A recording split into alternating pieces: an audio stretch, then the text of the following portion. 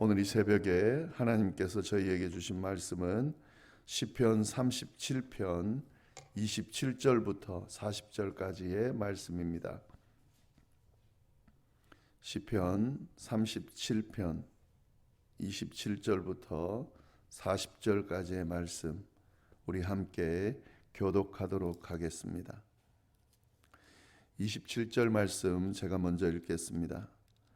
악에서 떠나 선을 행하라. 그리하면 영원히 살리니 여호와께서 정의를 사랑하시고 그의 성도를 버리지 아니하심이로다. 그들은 영원히 보호를 받으나 악인의 자손은 끊어지리로다. 의인이 땅을 차지하며 거기서 영원히 살리로다. 의인의 입은 지혜로우며 그의 혀는 정의를 말하며 그의 마음에는 하나님의 법이 있으니 그의 걸음은 실족함이 없으리로다. 악인이 의인을 엿보아 살해할 기회를 찾으나 여호와는 그를 악인의 손에 버려두지 아니하시고 재판 때에도 정죄하지 아니하시리로다. 여호와를 바라고 그의 도를 지키라. 그리하면 내가 땅을 차지하실 것이라. 악인이 끊어질 때에 내가 똑똑히 보리로다. 내가 악인의 큰 세력을 본즉 그 본래의 땅에 서 있는 나무 잎이 무성함과 같으나 내가 지나갈 때에 그는 없어졌나니 내가 찾아도 발견하지 못하였도다. 온전한 사람을 살피고 정직한 자를 볼지어다. 모든 화평한 자의 미래는 평안이로다. 범죄자들은 함께 멸망하리니 악인의 미래는 끊어질 것이나 의인들의 구원은 여호와로부터 오나니 그는 환난 때에 그들의 요새이시로다. 여호와께서 그들을 도와 건지시되 악인들에게 건져 구원하심은 그를 의지한 까닭이로다. 아멘.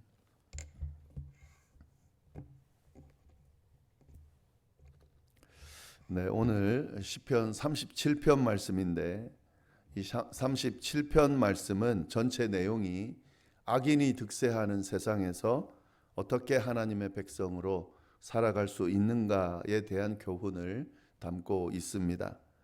전체 내용을 세 단락으로 구분할 수 있는데요. 두 단락은 이미 함께 저희가 나누었고 오늘은 마지막 단락인 27절부터 40절까지의 말씀을 우리 함께 나누도록 하겠습니다. 앞에 두 단락에서 어떤 내용이 있었냐면 이 시편 기자가 악인과 의인의 삶을 대조하면서 어떻게 살아야 하는지를 분명히 알려주었습니다. 이 내용들을 바탕으로 결론을 짓는 것이 바로 오늘 마지막 단락의 내용입니다. 오늘 본문 말씀은 세 부분으로 나누어서 볼 수가 있는데 이 세 부분으로 나누는 기준이 뭐냐면 시편 기자가 세 번의 명령을 합니다. 명령형으로 이야기를 합니다. 어떻게 살아야 하는지 교훈을 주면서 명령형으로 이야기하는데 그것을 기준으로 세 부분으로 나눌 수가 있습니다. 27절부터 33절까지 한 단락이고 34절부터 36절까지 또 두 번째이고 37절부터 40절까지 이렇게 세 부분으로 명령형을 중심으로 구분할 수 있습니다. 이 명령들은 악인들이 득세하는 세상에서 구체적으로 어떻게 하나님의 백성으로 살아갈 수 있는지에 대한 아주 중요한 교훈을 담고 있습니다. 이 명령들을 우리가 함께 나눠보도록 하겠습니다. 첫 번째 우리가 볼 수 있는 명령은 어떤 명령이냐면 악에서 떠나 선을 행하라 하는 명령입니다. 27절에 나오는데요. 악에서 떠나 선을 행하라. 그리하면 영원히 살리니.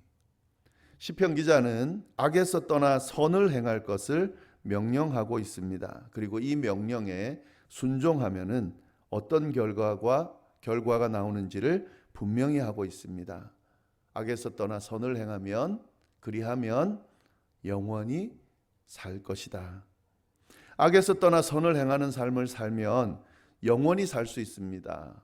어떻게 그렇게 살 수 있는가? 그 이유가 28절, 29절에 나옵니다. 여호와께서 정의를 사랑하시고 그의 성도를 버리지 아니하심이로다. 그들은 영원히 보호를 받으나 악인의 자손은 끊어지리로다. 의인이 땅을 차지하며 거기서 영원히 살리로다.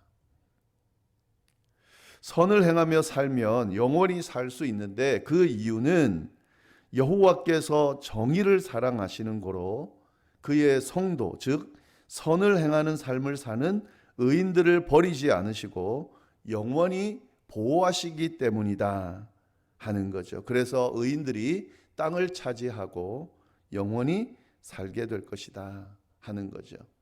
그러나 악인은 그렇지 않다는 거죠. 하나님의 보호하심을 받을 수 없기 때문에 악인의 자손은 끊어질 것이다 라고 시편 기자가 분명하게 이야기하고 있습니다. 1절 2절 말씀, 37편 1절 2절 말씀을 어떻게 시작하는지 다시 한번 보겠습니다. 이렇게 시작을 하는데요. 악을 행하는 자들 때문에 불평하지 말며 불의를 행하는 자들을 시기하지 말지어다. 그들은 풀과 같이 속히 배임을 당할 것이며 푸른 채소같이 쇠잔할 것이미로다. 예. 우리가 살아가다 보면 악인이 형통한 것처럼 도리어 잘 되는 것처럼 보입니다. 분명히 악하게 살고 있는데 누가 봐도 의인의 삶이 아닌데도 불구하고 그 악인 때문에 의인이 괴롭힘을 당하고 또 악인은 도리어 잘 되는 것처럼 형통한 것처럼 보인다. 그러나 시편 기자는 분명하게 이야기하고 있습니다. 그런 모습을 보고 시기하거나 질투하거나 원망하거나 그렇게 억울해하지 말라고, 부러워하지 말라고. 왜냐하면 그들은 결국 하나님의 심판을 받게 될 겁니다. 그 대가 아니면 그의 자손 대라도 분명히 심판을 받게 되고 그의 자손이 끊어지게 될 것이다 하는 거죠. 하지만 의인의 삶은 다릅니다. 이 세상 사는 동안 힘들어 보이고 좀 풍성하게 형통하게 되어 일이 풀리지 않는 것처럼 보이지만 이 의인들의 삶을 하나님이 보호하시고 책임지실 거다. 땅을 허락하실 거다. 그래서 영원히 살게 하실 거다 하는 거죠. 그의 자손으로 이어지며 그로 인해서 그의 자손까지 영원히 사는 복을 누릴 수 있게 될 거다라고 분명히 시편 기자가 이야기하고 있다는 거죠. 그러니까 어떤 삶을 살아야 할지 우리가 분명히 알 수 있는 거죠. 악인의 삶이 아닌 의인의 삶을 살아야 한다. 악에서 떠나 선을 행하는 삶을 살아야 한다는 거죠. 그리하면 하나님의 보호하심을 받을 것이고 땅을 차지함으로 영원한 삶을 누리게 될 것이다. 이것이 오늘 본문 말씀을 통해 우리에게 해주시는 하나님의 말씀이다 하는 거죠. 그러면 의인이 누군가, 이 의인이 누구인지를 막 다양하게 표현하고 있는데요. 우리가 이걸 잘 봐야 됩니다. 의인이 누군가, 착한 사람을 이야기하는 건가? 여기 선을 행하는 사람이 의인이라 그랬습니다. 그러면 선을 행한다는 것이 착하게 행한다는 건가? 그건 아니에요. 그것도 포함되어 있지만 여기서 말하는 의인이라는 것이 분명하게 언급되고 있습니다. 28절 보면 그의 성도다 이렇게 표현하고 있죠. 그의 성도, 그러니까 하나님의 백성, 하나님을 믿고 따르는 자, 그 사람이 바로 의인이라는 거죠. 선을 행한다는 건 어떤 거냐면 하나님을 두려워하고 하나님의 뜻을 묻고 하나님의 뜻을 따르는 자, 그 자가 바로 선을 행하는 자고 그 자가 바로 하나님의 성도고 그 자가 바로 의인이다 하는 거죠. 이 부분을 우리가 분명히 하면서 의인의 삶을 따르기로 결단해야 된다 하는 거죠. 30절 31절에 보면 의인이 어떤 모습인지를 분명하게 이야기하고 있습니다. 의인의 입은 지혜로우며 그의 혀는 정의를 말하며 그의 마음에는 하나님의 법이 있으니 그의 걸음은 실족함이 없으리로다. 의인에 대해서 잘 묘사해 놨죠. 그의 입이 지혜롭고 그의 혀는 정의를 말한다. 의인의 특징 중에 아주 중요한 부분인데 혀를 잘 놀려요. 말을 조심한다는 거죠. 이 부분으로 우리가 어떻게 살아야 할지를 좀 구체적으로 알게 됩니다. 예. 이 하나님을 두려워하고 하나님의 뜻을 잘 묻고 사는 사람은 말을 조심해요. 함부로 말하지 않습니다. 그러나 그렇지 않은 사람들, 악인들은 말을 함부로 해요. 그리고 또 뭐라고 되어 있냐면 그의 마음에는 하나님이 있다. 예. 하나님이 있는 자. 하나님을 늘 인지하는 자. 하나님을 인지하면 함부로 살 수가 없죠. 함부로 말할 수도 없고. 예. 그러한 의인은 어떻게 된다는 겁니까? 그의 발이 미끄러지는 일이 없다. 실족하는 일이 없다는 그 말이죠. 그리고 악인으로부터 보호하신다 하는 내용도 나옵니다. 32절 33절 보면 악인이 의인을 엿보아 살해할 기회를 찾으나 여호와는 그를 악인의 손에 버려두지 아니하시고 재판 때에도 정죄하지 아니하신다. 이 악인들은 의인을 죽이려고 항상 노려보고 그렇게 한다는 거죠. 그러나 하나님께서는 의인들을 악인의 손에 버려두지 않으시고 심판받을 때에 의인들에게 유죄를 선고하지도 않으신다. 쭉 어떻게 살아야 할지, 선을 행하면서 사는 것이 얼마나 복된 것인지 이런 것들을 쭉 설명하면서 악인과 의인을 비교하면서 또 이야기하고 있습니다. 네, 그리고 두 번째 명령 34절에 나오죠. 여호와를 바라고 그의 도를 지키라. 이게 두 번째 명령입니다. 교훈입니다. 여호와를 바라고 그의 도를 지키라. 이것이 바로 선을 행하는 사람 삶의 모습입니다. 어떻게 선을 행할 수 있는가? 여호와를 바라보고 그의 도를 지키는 거죠. 여호와를 바라는다는 게 어떤 것입니까? 그분의 존재를 늘 생각하는 거죠. 그분이 함께 한다는 것을, 그분이 임재한다는 것을, 그분이 지켜본다는 것을 항상 인식하는 거죠. 그분을 바라보면서 열망하면서 기다리는 거죠. 모든 우선순위를 여호와께 두는 거죠. 우리의 시선을 여호와께로 고정하는 거죠. 이게 여호와를 바라는 겁니다. 그런데 바라는 것으로만 그치면 안 되죠. 그 다음에 또 내용이 나오죠. 그의 도를 지키라. 바라만 보면 되는 것이 아니라 하나님의 말씀을 지키고 따르면서 살아라. 악인이 득세하는 세상에서 의인의 삶을 살아야 되는데 어떻게 그렇게 할 수 있는가? 여호와를 바라고 그의 도를 지키는 삶을 살면 된다 하는 거죠. 이렇게 할 때 어떤 결과가 주어지는지 또 분명히 이야기하고 있습니다. 34절 뒷부분 보면 이렇게 되어 있죠. 여호와를 바라고 그의 도를 지키라. 그리하면 내가 땅을 차지하게 하실 것이라. 악인이 끊어질 때에 내가 똑똑히 보리로다. 앞의 내용과 비슷합니다. 여호와를 바라고 그의 도를 지키는 삶을 살아가면 하나님께서 그 사람을 높여줄 것이고 땅을 상속할 것이다. 그리고 악인이 끊어지는 것을 보게 될 것이다. 35절 36절에도 계속됩니다. 내가 지나갈 때에 그는 없어졌나니 내가 35절 내가 악인의 큰 세력을 본즉 그 본래의 땅에서 있는 나뭇잎이 무성함과 같으나 내가 지나갈 때에 그는 없어졌나니 내가 찾아도 발견하지 못하였도다. 악인의 세력이 커서 무성한 나무처럼 왕성해 보이는 것 같지만 그것이 잠시뿐이고 결국 없어질 것이라고 하는 것을, 사라져 찾아도 없어질 것이라는 것을 분명하게 하면서 악인은 그렇게 끊어지는 것을 보겠지만 너는 그렇지 않다. 의인의 삶은 하나님께서 땅을 상속하면서 영원토록 살게 할 거다. 여호와를 바라고 그의 도를 지키라는 명령과 함께 이 이야기를 또 반복해서 하고 있다 하는 거죠. 세 번째 명령도 이어서 나옵니다. 37절 말씀 보시면은 이렇게 돼 있죠. 온전한 사람을 살피고 정직한 자를 볼지어다. 모든 화평한 자의 미래는 평안이로다. 여기서 정직한 자, 온전한 사람이 뭐냐면 의인을 말하는 거죠. 어떤 명령을 하냐면 선을 행하고 여호와를 바라고 그의 도를 지키는 명령도 하는데 의인들이 어떻게 사는지 한번 바라는 거죠.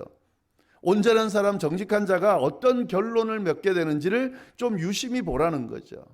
그냥 단순하게 악인이 잘 되는 것처럼 보이는 그것에 현혹되지 말고 진짜 결론이 어떻게 나는지를 한번 보라는 거죠. 그의 삶이 어떻다는 거예요? 모든 화평한 자의 미래는 평안이다.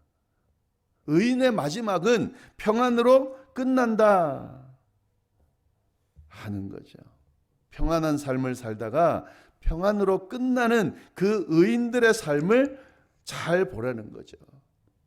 악인들의 미래는 그렇지 않거든요. 38절 8절 범죄자들은 함께 멸망하리니 악인의 미래는 끊어질 것이다. 그러나 잘 보면 의인들의 구원은 여호와로부터 오나니 그는 환난 때에 그들의 요새시로다. 여호와께서 그들을 도와 건지시되 악인들에게서 건져 구원하심은 그를 의지한 까닭이로다.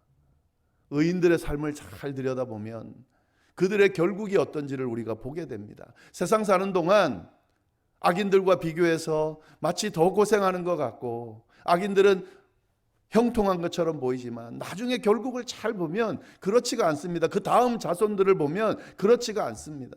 형통한 것처럼 보이는 그 후손들의 모습을 보면 결국에는 그들의 삶이 그들의 자손들이 끊어지는 것을 볼 수 있어요.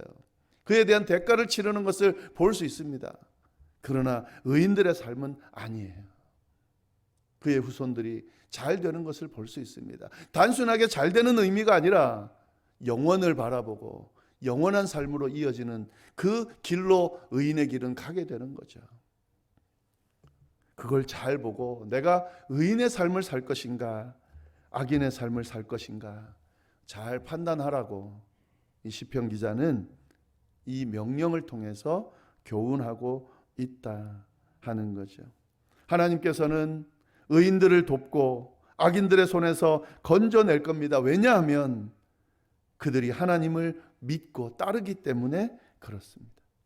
하나님은 자신을 믿고 따르는 자들을 붙드시고 악인의 손에서 건지시고 형통하게 인도하신다는 사실을, 그래서 결국에는 아름다운 결과 평안의 미래로 인도하실 것이라는 것을 오늘 말씀 우리에게 분명하게 이야기해 주고 있습니다. 이 말씀 잘 다시 한번 묵상하시면서 내가 어떤 삶을 살아야 할지를 다시 한번 진지하게 잘 돌아보는, 그리고 우리의 삶의 길을 악인의 길이 아닌 의인의 길로 잘 이끄는 그런 귀한 시간이 되기를 간절히 바랍니다. 기도하겠습니다. 하나님 아버지, 참으로 감사합니다. 귀한 말씀으로 우리의 삶을 어떻게 살고 만들어가야 할지 다시 한번 잘 깨닫고 이끌어 주시니, 깨닫게 하시고 이끌어 주시니 감사합니다.